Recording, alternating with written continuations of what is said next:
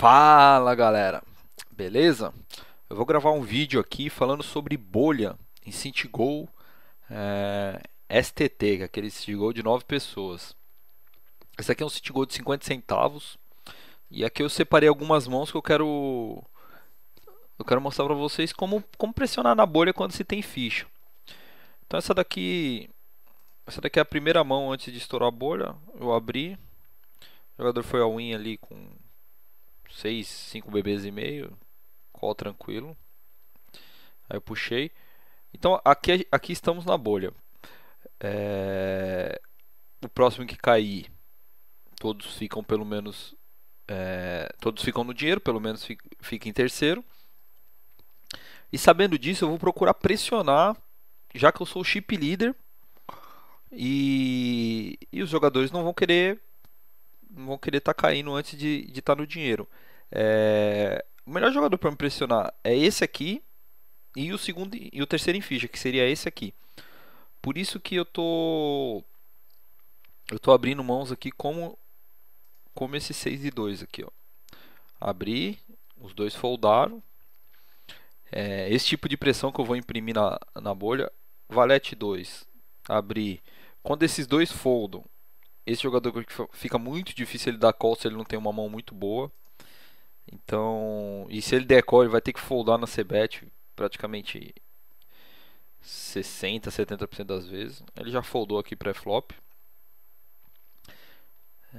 Próxima mão, Ice Vala. Ele deu um raise.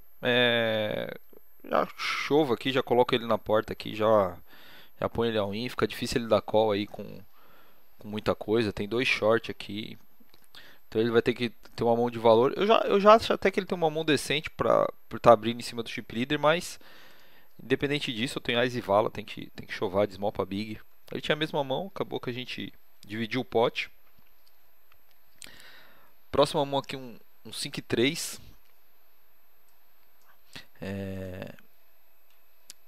Aqui eu abri um raise, eu poderia chovar direto esse 5 e 3. Mas eu abri um raise porque eu acho que ele era um jogador. Acho não, ele era um jogador bem tight. E contra jogador tight, eu acho que ele só volta aqui as mãos de valor muito alto. Então não tem por que eu estar colocando ele em all-in direto, sendo que eu posso dar um bet fold aqui, porque eu acho que ele só volta as mãos muito forte mesmo. Eu vou abrir um programa que eu uso aqui para estudo. Eu abri, ele foi all-in e aqui eu tenho pot odds aqui para dar esse call de 35.3. A pot odds a grosso modo, a minha mão tem que ser mais forte, a equidade da minha mão versus o range dele tem que ser mais forte do que a pot odds. Então tem que ser maior do que 35.3. Como é que eu calculo essa equidade? Tem um programa que chama Equilab, é da Poker Strategy, pode baixar gratuitamente. Então o que eu vou fazer aqui? Eu vou colocar o meu 5 e 3. Deixa eu só esperar só um pouquinho. 5 de paus, 3 de ouro. Então vou colocar aqui meus 5 de paus, 3 de ouro. Eu vou colocar o range que eu acho que ele está chovando. Então, sei lá, eu acho que as mãos mais fortes aqui, né, os pares. Alguns ases aqui, eu acho que não são todos. Então acho que mais. Até porque quando eu abro ali, ele tá na cabeça que eu também já não tô foldando mais. Ele não sabe que eu vou foldar mais. Ele não sabe, então as mãos mais fortes aqui, eu acho que ele tá chovando. Que seria mais ou menos isso aqui. Aí eu vou ver meu range contra o. Deixa eu só colocar um pouquinho aqui pro lado. Então eu tenho 28% por cento contra a pot odd de 35.3, né? 28 contra o range que eu acho que ele chova. Então você vê que não é muito, não vale muito a pena dar esse call matematicamente. Tem alguns jogadores aqui que questionam um pouco você abrir menos de 10, a stack efetiva menos de 10 BB para foldar. Mas no caso aqui é uma situação bem específica mesmo. Eu também condeno um pouco você abrir. No geral eu já prefiro chovar direto. Mas como ele era um jogador muito tight, eu preferi dar um bet e foldar ainda, porque eu tô economizando.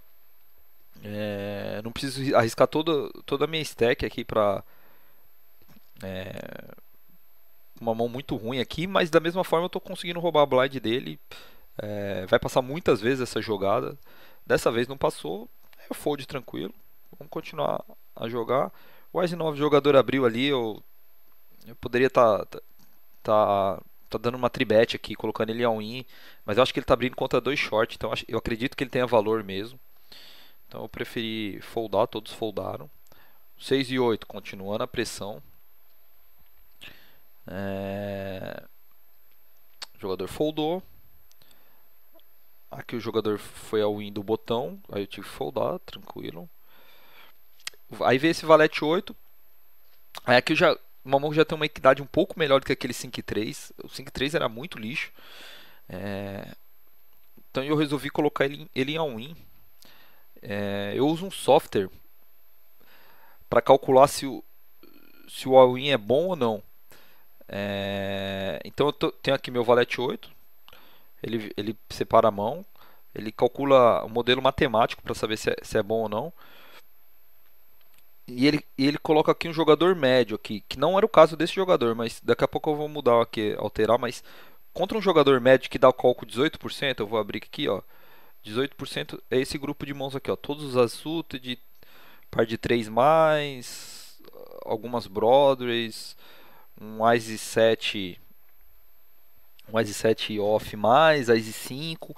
Ele pula o Ice 6 aqui porque o Ice 5 nesse caso é melhor do que o Ice 6. Porque você, em geral ele é melhor, né? Porque você consegue fazer sequência com o Ice 5. E você está dominando as mesmas mãos aqui, o Ice 3, Ice 4 e Ice 2. E o Ice 6 você não consegue fazer sequência usando as duas cartas, né? O Ice 5 você faz, então o Ice 5 acaba sendo um pouquinho melhor. Então um jogador que dá call com, com todas essas mãos aqui, mesmo assim ainda é lucrativo você ir ao win. No caso ele era um jogador tight, igual eu falei na outra mão. Então eu posso mudar aqui, eu tenho a opção de colocar tight. Aí o push é com 100% das mãos. Então você pode chamar um 3 e 2 aqui, que é lucrativo contra um jogador tight. Um jogador tight aqui ele coloca um range de 15%. Então ele tira umas mãos um pouquinho mais fracas. Um Ice 7, um Ice 5, um Ice 3, Ice 2 suited. Então, contra o jogador tight, que era o caso, você pode chovar 100% das mãos. Deixa eu tirar um pouco aqui o City Go Wizard. Continuar, então eu fui ao win, aí ele foldou. Aí eu fiquei algumas mãos aqui, o jogador abriu ali do cutoff, eu tive que foldar. Eu resolvi aliviar esse valete 2 aqui. Poderia ter aberto também, mas eu tava abrindo bastante coisa, resolvi aliviar. Uma mão aqui também de construir uma imagem assim de que você não tá abrindo todas as mãos. Senão daqui a pouco eles começam a chovar muito light. Aqui esse 9-3 aqui eu preferi foldar. 6 e 2. Veio 6 e 2. Pum, tudo. Esse jogador tem menos ficha. Esse é o jogador que eu quero pressionar agora. Novamente eu vou colocar aqui no City Go Wizard para vocês verem. É a mão do 6 e 2. Essa aqui. Então você vê que ele fala contra um jogador médio, que daria call com 26%. Ele fala para mim ir ao win com 98.2. 98.2 só tira o 7-2 e o 3-2 off. No caso ele era um jogador tight, eu acho que dificilmente ele dá call com 26%, ele não vai dar call com tudo isso. Um rei 10 ele folda, um par de 2, par de 3, esse tipo de mão ele folda, um as de 2, as de 3, as de 4 é capaz dele foldar também. Então tem que chovar N2 aqui. No caso, vamos colocar de novo aqui tight. E ele fala para chovar N2, foi o que eu fiz. Chovaria qualquer mão aqui, nem olha as cartas. Não importa muitas cartas, eu estaria chovando. E passou, porque ele não pode dar call mesmo, tem um jogador mais curto que ele. Próxima mão aqui. Um 9 dama aqui, já coloquei os dois em all-in aqui já. Então a defesa aqui. Se eles resolverem dar call com um par de 8 para baixo, eu tenho. Tô flipando. Um AX que não seja 9 um Ice 9 ou um Ice Dama, eu tenho lá minhas live cards, dá uns 35 a 40%. Então, já que eu resolvi colocar os dois em all-in e passou. Próxima mão que eu joguei aqui, a Spar de Rei. Eu recebi um walk. Ele estava abrindo algumas mãos contra mim, mas infelizmente contra o Par de Rei ele não abriu. Aquele deu um Reis aí eu nem acho ruim o Chove aqui contra ele. Ele vai ter que foldar muita coisa, mas tava tranquilo de roubar desses dois aqui. Eu não precisava me envolver tanto com esse aqui. Eu acabei foldando aqui, mas eu gosto do Chove aqui também. Fica difícil ele pagar. Mas ele tá abrindo contra um short, então ele deve ter realmente alguma mão decente ali, pelo menos para pagar o short. Que eu acho difícil ele abrir para foldar, então ali eu foldei. Aí o Ice 10 aqui eu dei um raise.